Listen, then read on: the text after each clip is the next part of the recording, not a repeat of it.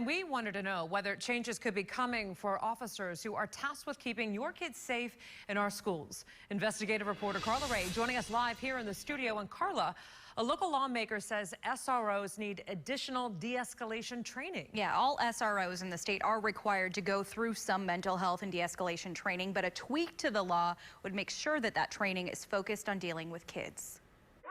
School resource officer Harry Reid was fired by the Orange County Sheriff's Office after this video surfaced of him grabbing a middle school student by her hair.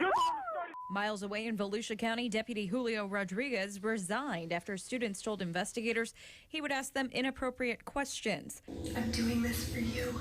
And this Kissimmee police officer was let go after she took a naked video to send to her husband inside the bathroom of a charter school that she was supposed to be protecting.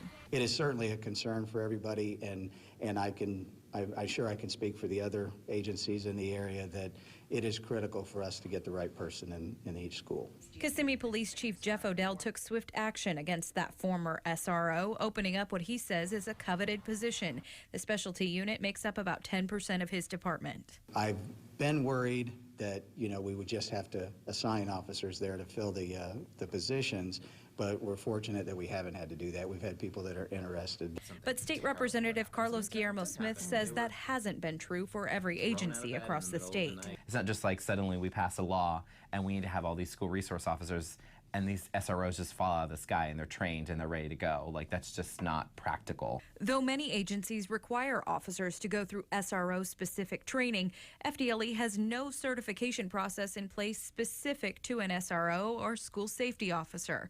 The only state requirement is mental health and crisis intervention training, and right now that doesn't have to be specific to juveniles.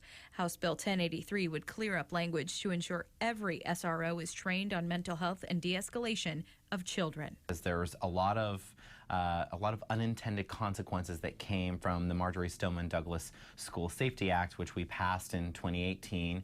It was legislation that was slapped together in just under 2 weeks to respond to the horrific tragedy in Parkland, but there are tweaks that need to be made.